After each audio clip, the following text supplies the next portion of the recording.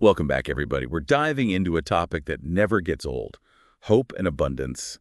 And we're going to be looking at it, get this, through Deuteronomy 7.1213, a passage from the Bible that you might not expect to be so relevant to us today. You're right. We're looking at an excerpt from Don P. Baker's book, Hope, and it gives a fresh take on this old text. It's amazing how this passage, even though it comes from a specific time and place, still speaks to something we all want, the desire for blessings and figuring out what helps them grow. Okay, I'm hooked already. So what exactly does this passage say? It talks about blessings, but is it like a sure thing or is there a catch? Well, if you just look at it straight up, Deuteronomy 7.1213 sounds like a deal. Blessings in exchange for obeying God's laws. Kind of like an agreement. You could even say a covenant, which was a huge deal for the ancient Israelites. It was their bond with God. A covenant, huh? Makes me think of something like, I don't know, a contract, but way deeper, almost like spiritual. You got it. And it wasn't just about following rules blindly. Baker points out the phrase pay attention, which for the Israelites meant really digging into God's word, making it a big part of their lives. So bringing this idea into the 21st century, what does paying attention look like for us? We're not exactly building altars in our backyards these days. True, it's about finding modern ways to do it. Think of it like making sure your actions line up with what you believe in. Paying attention could mean things like prayer or meditation, or even just taking a moment to think about how your choices reflect your beliefs. Okay, so less about outward rituals, more about that interconnection, being intentional. Exactly. And then there's careful to follow. That stresses action. It's not enough to just get the idea. You got to actually live it out. Makes sense. Yeah. But gotta admit, that word obedience doesn't always sit right with me. It feels a little passive, like just blindly taking orders. Is that really what this passage is getting at? That's a great point, and it really highlights how this old text can be misunderstood. The kind of obedience here isn't about blindly doing what you're told. It's about figuring out what's truly good and right, getting yourself in line with that bigger purpose, and then acting on it. So it's more like matching your actions to what you believe in, even when it's hard, instead of just blindly following some outside authority. Yeah. It's realizing that real freedom comes from living in a way that matches what you think is true and good. Wow. That's a really interesting way to think about obedience. But there's another layer here that really gets me thinking. The source points out that this covenant, this agreement, wasn't just about obligation. It was rooted in love. You're right. The passage clearly states that God will keep his covenant of love with those who are faithful. And it says this love is unconditional. Okay, so that's a key difference. God's love is always there. But are you saying how we experience that love, how it shows up in our lives, is connected to the choices we make? That's one way to see it, yeah. And it brings up some big questions about faith and our relationship with a higher power. What do you think? Does this make you look at your own beliefs differently? It does. It makes me think about what it means to have a loving relationship, whether it's with a higher power or even just with another person. If it's truly based on love, there's got to be trust there, mutual respect, wanting what's best for the other person, right? Exactly. And maybe that's a way to understand this covenant idea in a more modern way, something we can relate to. It's about building a relationship based on love, trust, and mutual respect, and realizing that what we do affects how healthy that relationship is. I like that. That's powerful. So let's talk about those blessings mentioned in the passage. The verse paints a really vivid picture, uses imagery that's very, well, specific to that ancient world. Right. It talks about fruit of the womb, the crops, livestock, all very real signs of success back then. I bet. For them, a good harvest wasn't just about having a full pantry. It was about survival, the continuation of their family line. You got it. And while those images might seem a bit outdated to us now, the ideas behind them are still important. Those blessings represent abundance, growth, carrying on a legacy. These are things that people have always wanted across all times and cultures. Okay, so let's break that down. Fruit of the womb in ancient times. That meant having lots of kids to help work the land and secure the family's future. But nowadays, it could be something bigger, right? Oh, absolutely. If we think about it metaphorically, it could be about our families flourishing, but also new ideas being born, creative projects, anything that helps us grow personally and leaves a mark on the world. That's beautiful. It's like giving birth to our dreams, to what we hope for, and helping them grow. Exactly. And then there's the crops of the land. Grain, wine, olive oil, these were their staples, the heart of their economy. It was their Philly stock pantry, but way more important. What would you say is our modern equivalent of those crops? It's all about what we need to thrive, both materially and spiritually.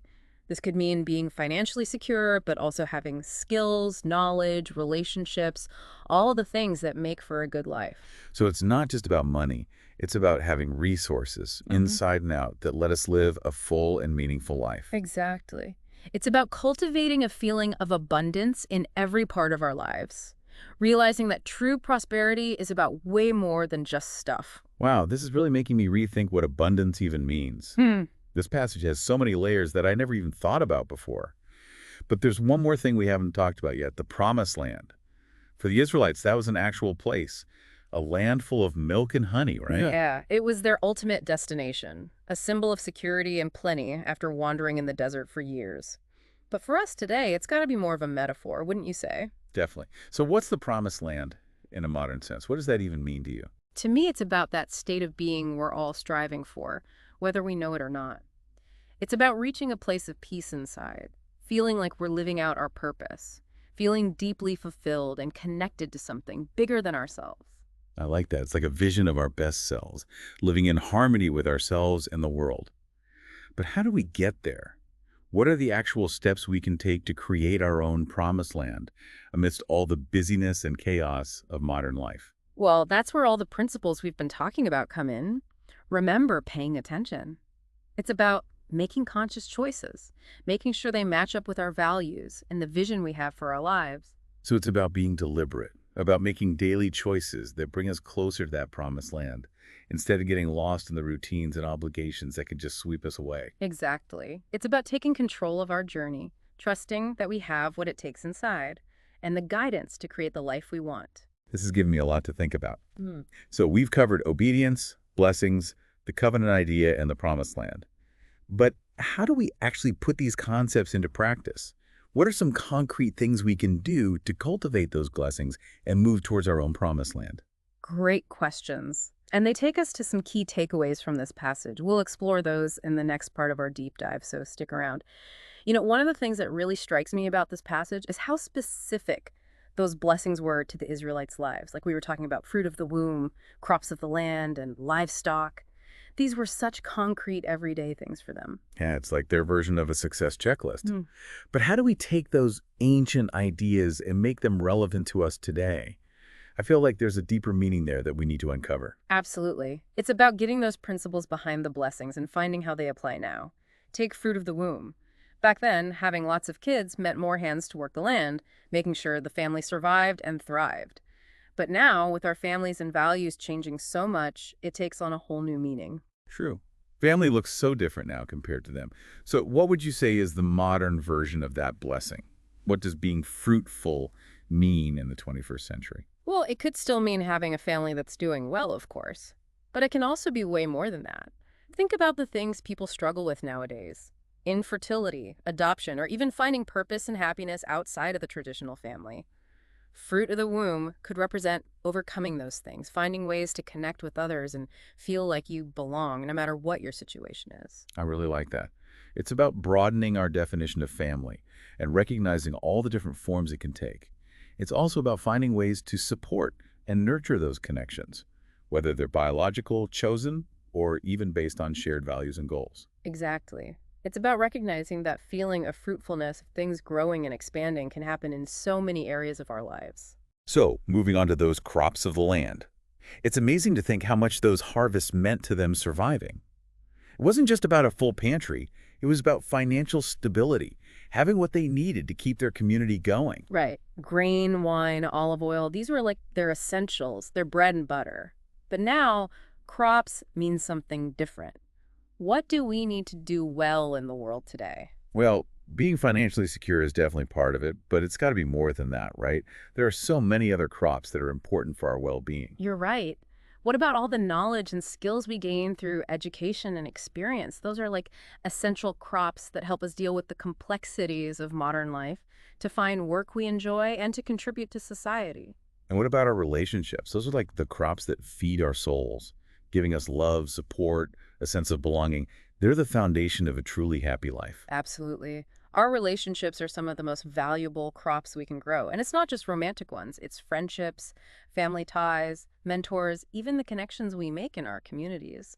It's like creating this whole rich ecosystem of relationships. each one giving us something unique and supporting our well-being. That's a perfect analogy. And it reminds us that taking care of those relationships takes effort, just like tending a garden. We need to put in the time and energy, be open and real with each other. So true. Healthy relationships need constant care and attention. So, livestock. That one feels a little harder to apply to today's world. I mean, not many of us are raising sheep these days. True. But livestock meant more than just animals to the Israelites. They were assets, sources of food, clothing, even things to trade. They helped keep them financially stable.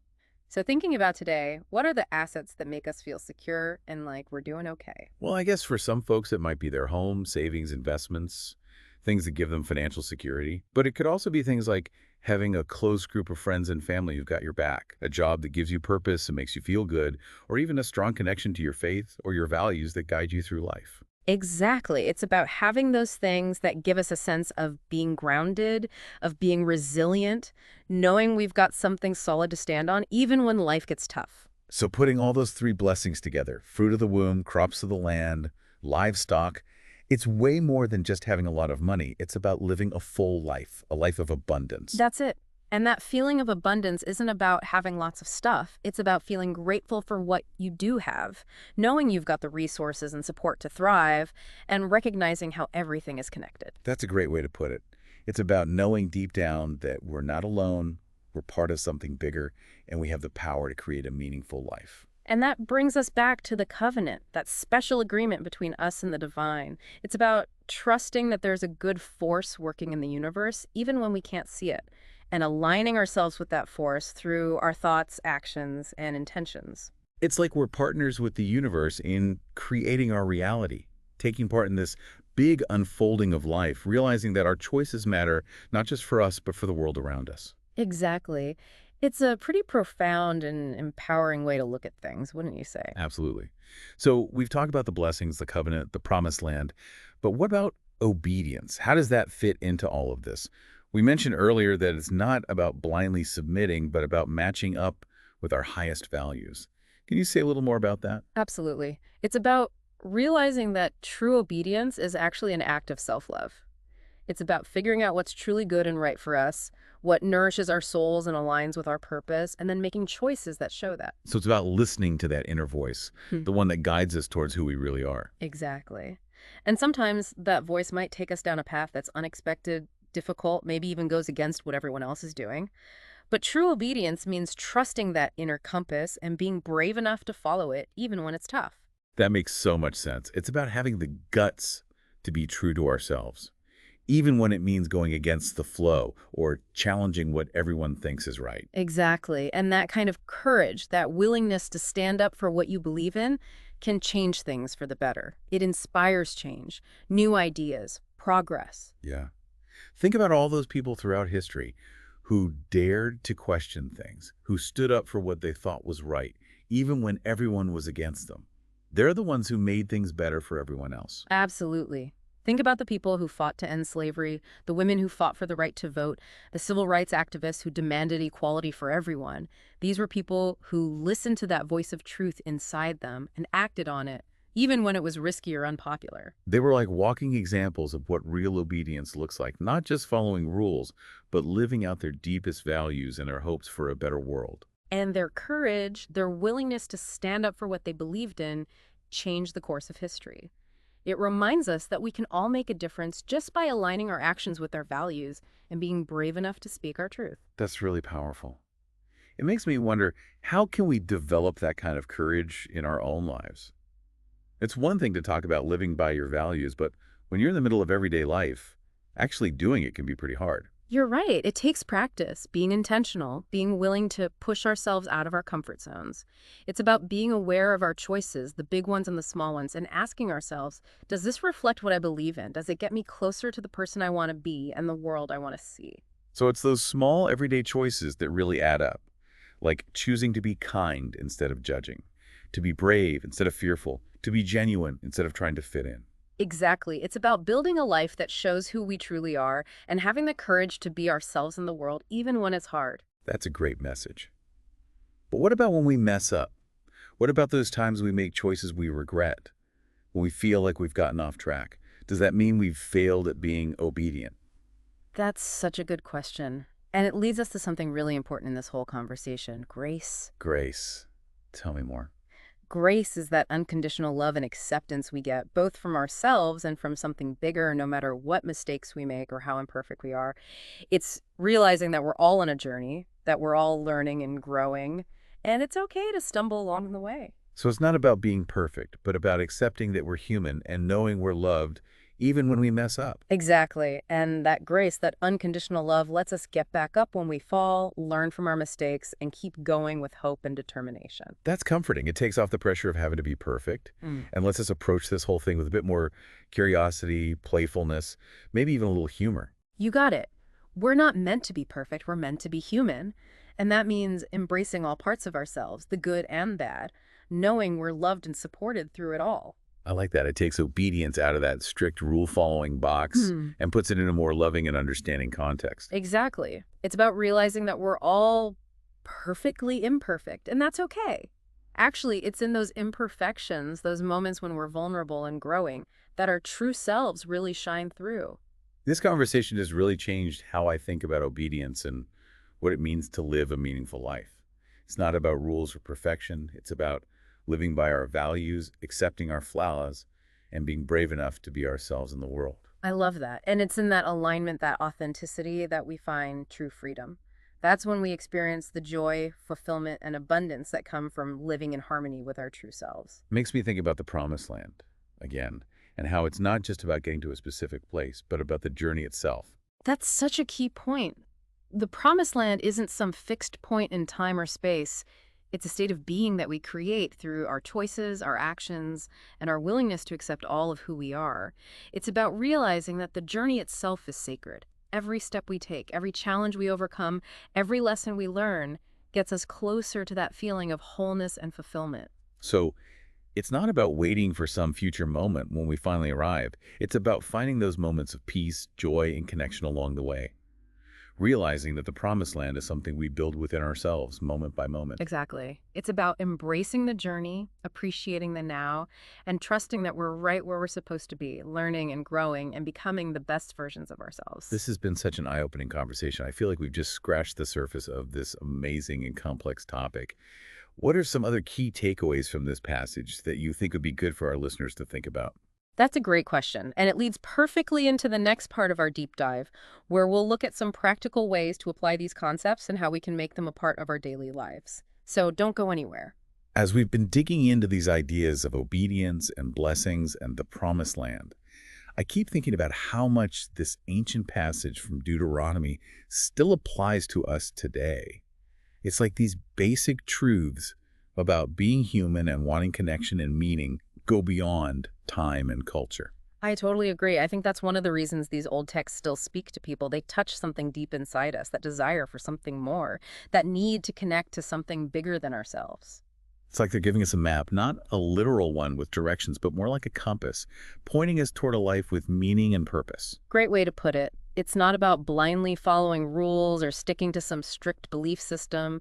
It's about finding those timeless principles that can guide us towards a more fulfilling and real life. So as we get into these practical applications, what are some key things from Deuteronomy 7.1-13 that you think our listeners should really take to heart? Well, we've talked about paying attention a lot. Baker really stresses that it's not just about passively taking in information, but really engaging with it, letting it sink in and influence how we act. So it's not enough to just read the passage or listen to this deep dive. We have to actually take those ideas and make them part of our lives. Right. It's about asking ourselves, how can I use these principles in my own life? What changes can I make, big or small, to make my actions match my values and get closer to that promised land I see for myself? That's a great place to start. But honestly, for a lot of us, the idea of making changes can be scary, even overwhelming.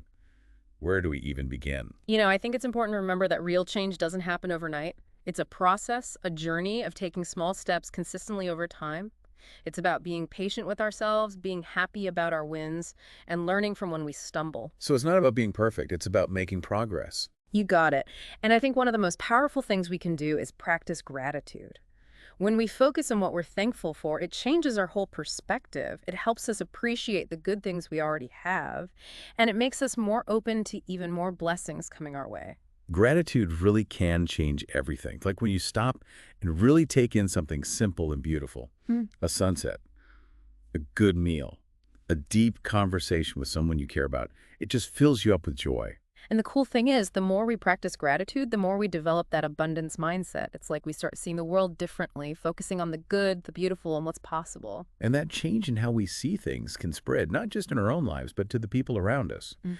When we show gratitude, it encourages others to do the same. And that makes the world a more positive and happy place. Absolutely. Gratitude is contagious. It has the power to change people, relationships, even whole communities. So, if we were to sum up this whole conversation into a few key points to remember, what would you say are the most important things for our listeners to keep in mind? I think it's crucial to remember that the blessings in this passage, even though they come from a specific time and place, speak to a universal desire. That desire for abundance, growth, fulfillment, that goes beyond time and culture. It's like those desires are part of who we are, a deep longing for connection, meaning, and purpose. Exactly. And I think this passage tells us that we're not supposed to push those desires down or ignore them. We're supposed to embrace them, nurture them. It encourages us to cultivate that abundance mindset, to live according to our values, and to trust in something bigger than ourselves. It's about realizing we're not alone in this journey. We're part of something much bigger. And we have the power to create a life full of joy, meaning, and purpose. And to do that, we got to remember to pay attention, to be mindful of what we think, the choices we make, and how we impact the world. It's about choosing kindness instead of judging, bravery instead of fear, being real instead of trying to fit in. It's about being our true selves, even when it's tough, Hmm. and knowing that we are loved and supported every step of the way. Beautifully said. And as we grow those qualities in ourselves, we become like lights, inspiring others and helping create a more caring, fair, and abundant world. This has been such a thought-provoking conversation. I feel like I have a completely new understanding of this ancient text and what it means for us today. It's been great exploring these ideas with you. And to everyone listening, we hope this deep dive has given you some new insights and inspired you to keep thinking about these things. Remember, the journey to the promised land isn't about reaching some finish line. It's about how we change along the way. It's about embracing the journey, appreciating each moment, and trusting that we're exactly where we need to be, learning, growing, and becoming the best versions of ourselves. And as we do that, those feelings of abundance, joy, and fulfillment will naturally come into our lives and flow out into the world around us. So keep exploring, keep asking questions, and keep believing in the power of hope to lead you to your own promised land. Until next time.